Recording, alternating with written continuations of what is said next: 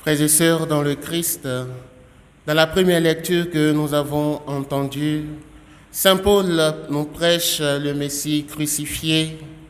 Il nous dit les différentes acceptions que les hommes ont sur lui. Ici, Paul évoque trois catégories de personnes: les Juifs, les Grecs qui représentent le monde païen, le monde de ceux qui se donnèrent au raisonnement, et les croyants, c'est-à-dire les chrétiens. Si pour les premiers, le crucifié est scandale, et pour les seconds, il est folie, pour nous chrétiens, il est puissance et sagesse de Dieu. Pour les Juifs en quête de signes miraculeux, signes comme preuve de reconnaissance de Dieu, le Christ aurait dû descendre de la croix pour qu'ils croient en sa divinité. Et comme il ne l'a pas fait, il est devenu scandale pour eux. Dirions-nous le plus grand scandale que la terre ait jamais connu à cette époque. Et pour les Grecs, en quête de sagesse, un Dieu ou le fils d'un Dieu ne pouvait en aucun cas connaître un tel sort. C'est inimaginable pour eux, d'où le fait que ce soit une folie. Mais n'y avait-il pas de raison ou d'argument pour ces deux catégories de peuples de ne pas y voir dans la crucifixion un scandale ou une folie?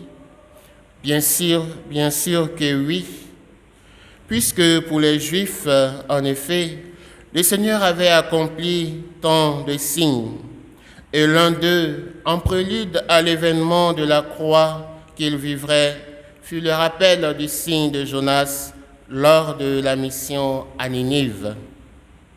Pour les Grecs, ils passèrent pour des maîtres dans l'art du raisonnement. Ils auraient pu voir à partir de leur maxime « la fin justifie les moyens », que la finalité de la mort en croix comme moyen était le salut du monde, salut dont le mobile est l'amour de Dieu, comme le dit si bien le psalmiste, « toute la terre est remplie de son amour ».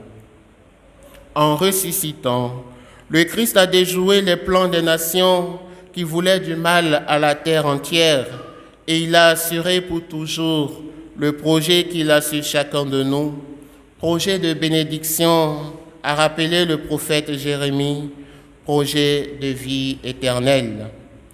Prêcher le Christ crucifié, c'est reconnaître que le chemin, l'ascension vers le royaume, est un chemin de dépouillement, chemin de foi, d'espérance et de charité.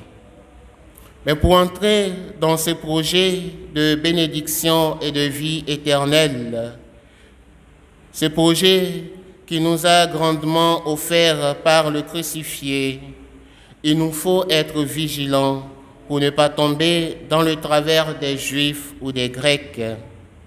Être vigilant, c'est être prévoyant, comme les 5 jeunes filles censées de l'Évangile. Être vigilant, c'est veiller.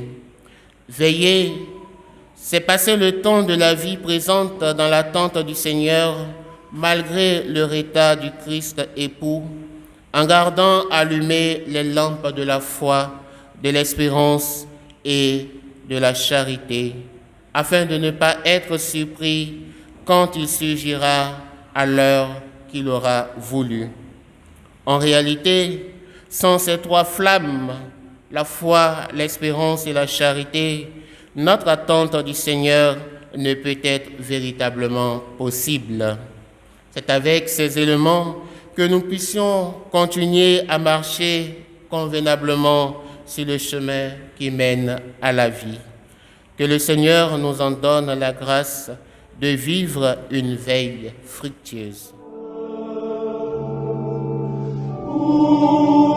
Le soleil